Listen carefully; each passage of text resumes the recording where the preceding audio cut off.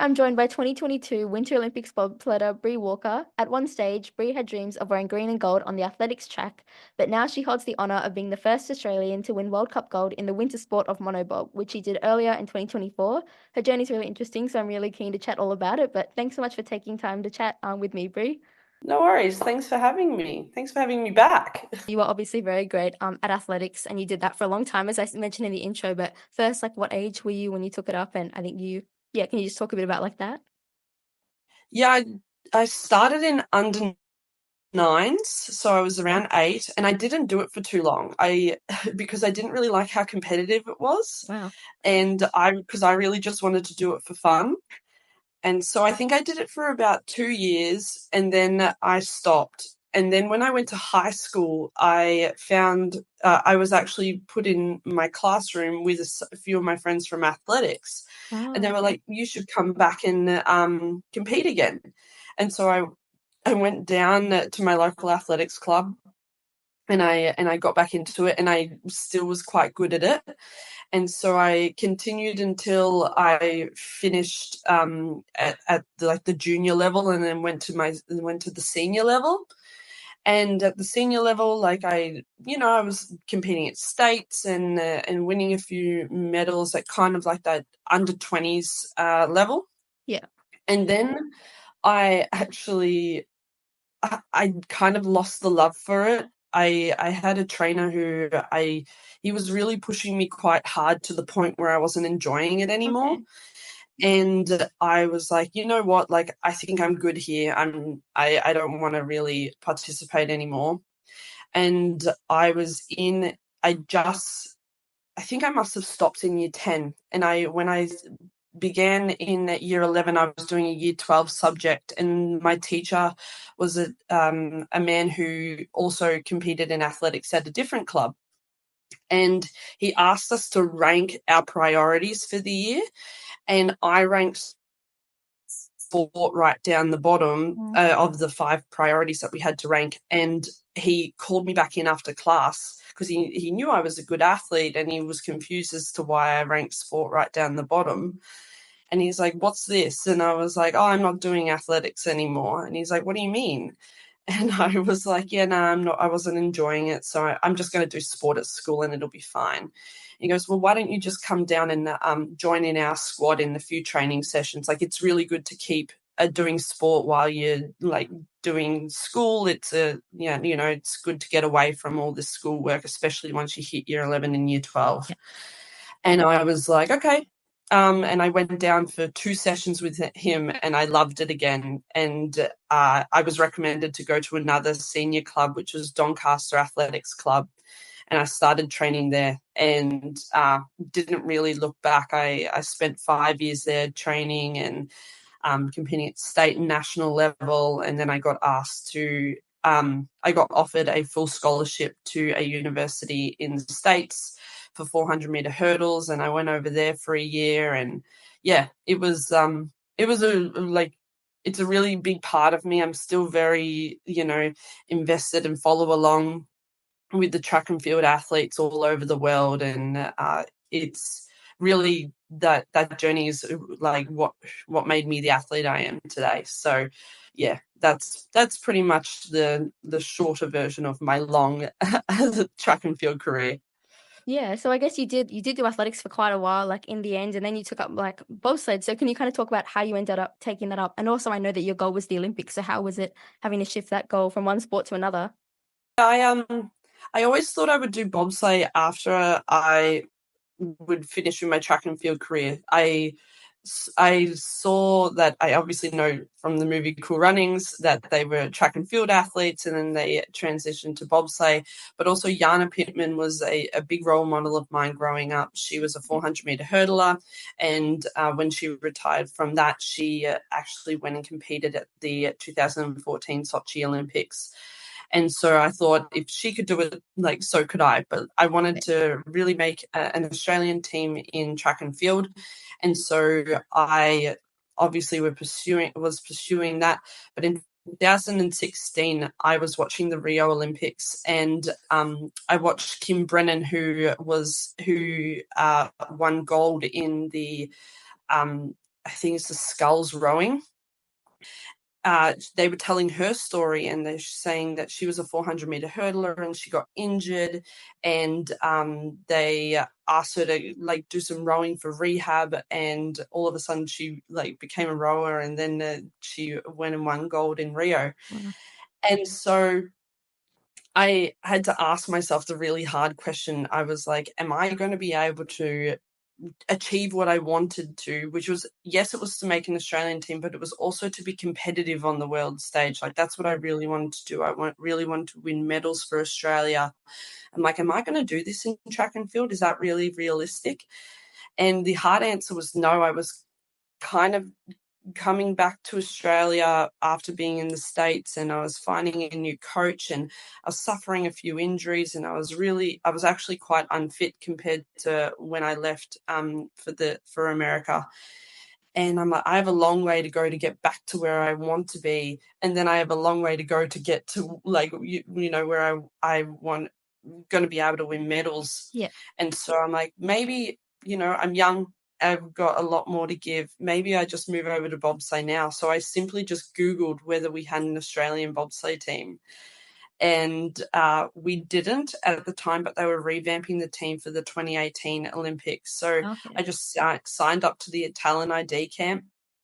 And I went off to Sydney a month later and achieved the standards that were required to go try bobsleigh. And again, a month later, I was off in Whistler in Canada, learning how to drive a bobsleigh, and I guess the rest is history.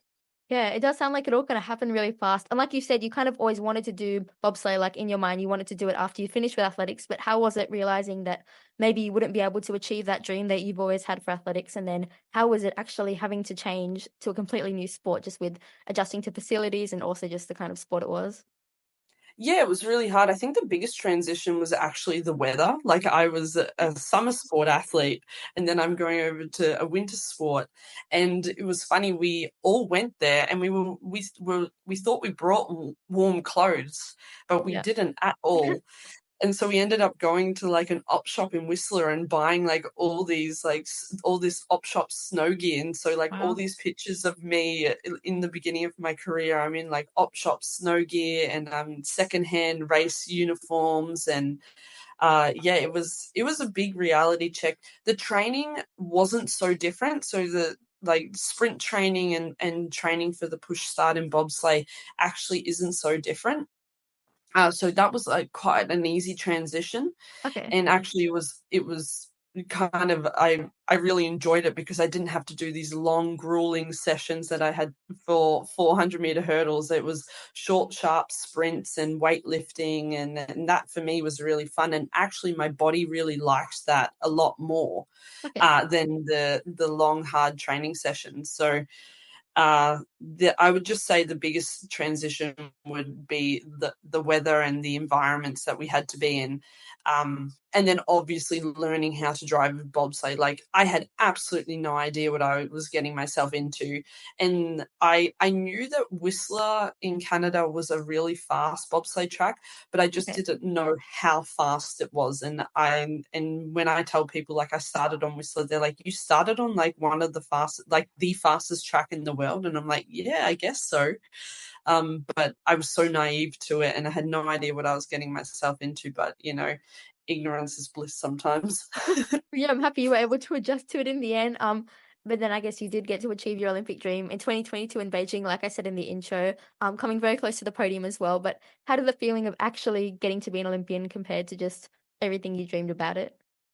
Yeah, that was really special. It really hit me when I was walking into the stadium, and the Olympic rings were hanging above our head for the opening ceremony, and that was really special. And walking into like my bedroom at the game at the in the village, and seeing like my uniform there, and I just really like I put my phone away and I really took it in and like unpacked Mhm. everything slowly, because I was like, this is a childhood dream that I've had for so long. And I'm really just soaking in this moment. So yeah, it was really special. Yeah, and I guess there might not have been was there almost like an extra level of kind of pride when you got there because you'd made it, but in a different sports, in a different game, and after just everything you'd been through, like. Did it feel a bit different, like in that way too? It did, but it didn't. I really I have quite a like an open mind to things, and like some people get so stuck on an idea, and they're like, I'm going to do this idea. I'm going to achieve this goal, and I want to achieve it this way, and Yeah. everything like that. But I had a goal, and for me, it doesn't really matter how I get to that goal, just as long as I get to that goal. And so it for me, I was like, I can now call myself an Olympian, and that was what, like, an Australian Olympian, and that is what I Yeah. wanted to achieve. And I just chose to take a different path to get there. Yeah, well, I'm happy for like that for you in the end. And you do a bit of a niche sport, so I guess as well as competing, do you almost feel like an added layer of responsibility, I guess, to like to tell people about it and to help grow participation because it is very, I guess, uncommon typically in Australia. Yeah, I think winter sports in Australia is such an untouched field. And I feel like so many people can actually go and achieve their goals and dreams if they are to open their mind and think of other ways in order to be able to do that. And Yeah. especially for younger athletes, we've got such a it's there's only so many spots to be able to achieve, your Olympic dream or your dream of becoming a footballer or a rugby player or anything Mm. like that. But if you open your mind and if you want it, all you want to do is compete at the higher level, just see where your talents might lie, because it might be in another sport. And actually, honestly, I feel like I'm much better suited to bobsleigh than I ever Oh, was to track and field. But if you have a closed mind, you may miss those opportunities. wow, that's really interesting. And I guess also like bobsleigh doesn't typically like have the kind of glamorous like reputation of athletics, and you've said it, that you actually feel much more suited to bobsleigh, which is really cool. But like, what do you think the main challenges of actually getting more Aussies to try it out like kind of are?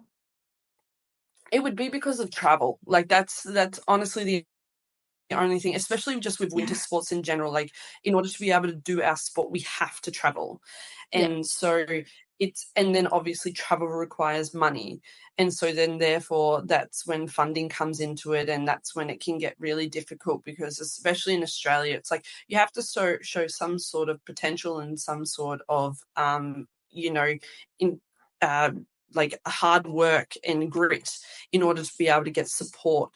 And I actually am not opposed to that. I think some people, I think you need to show that you have, talent, skill, potential, and grit Yeah. in to then get backing.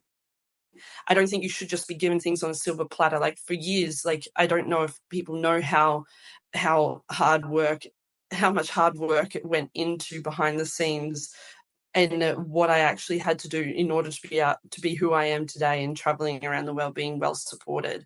Like I said before, I was wearing op shop uniforms and hand me downs, and we were in old sleds that were way too heavy, and they were old rust buckets, really. And you're just going down and you're training and you're coming dead last. And actually, my first race, I was disqualified because our sled was so heavy, and Wow.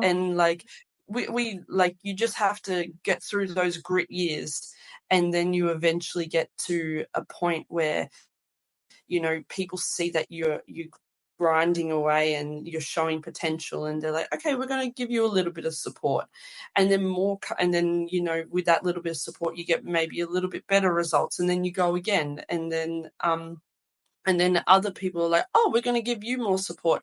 And then it slowly grows over time. It doesn't just all come at once. Um, it takes years and years. I've been doing this now for 9 seasons, and I finally Yeah. think I've put together the team, and I have the support I need in order to be able to be competitive on the world stage. And so it really takes time, but it is really rewarding when you're standing on top of the podium and you're looking down at the crowd and you see your 3 team members. I have a coach, a physio, and a brakeman. And then Wow. I look at everybody else, and they've got, you know, like 4 coaches, so many teammates, so many physios. And I'm like, we've achieved this, and we've got 4 people. And that for me is like a really cool moment, and I really am striving with my teammate Kiara to be able to do that also in the two-man, so we can both be on the podium and looking down just at a physio and a coach, and we're like, we've achieved this with the smallest team out here. And I think that that's just really special moments that I'll treasure forever. Well, yeah, that's so amazing what you've been saying, like how you've had a much smaller team than other countries. I guess you've had a lot of probably obstacles in your way because you're from Australia, a country that isn't particularly really good at bobsleigh. But I guess that really shows that it doesn't matter what kind of background you come from. Like if you want to achieve your sporting goals, Yeah, like you definitely can. yeah, definitely. I think like that is a big thing that I preach, is that it really doesn't matter your background, really doesn't matter from what country you come from. If you want something bad enough, you'll find a way to make it happen. And pretty much when I entered into the sport, they told me, you're not going to be able to achieve medals on the world stage, because we're Australia.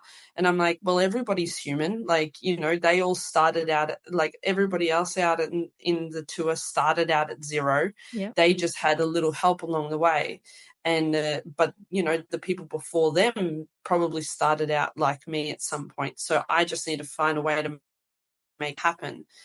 And that's pretty much just being me the whole time, just being finding the right people who are able to help me be successful, finding the amount of money that I need, just the right amount of money that Yeah. I need in order to be able to afford, really good equipment, and be able to fund my team and afford a physio, so we're able to compete and be in the best physical shape possible.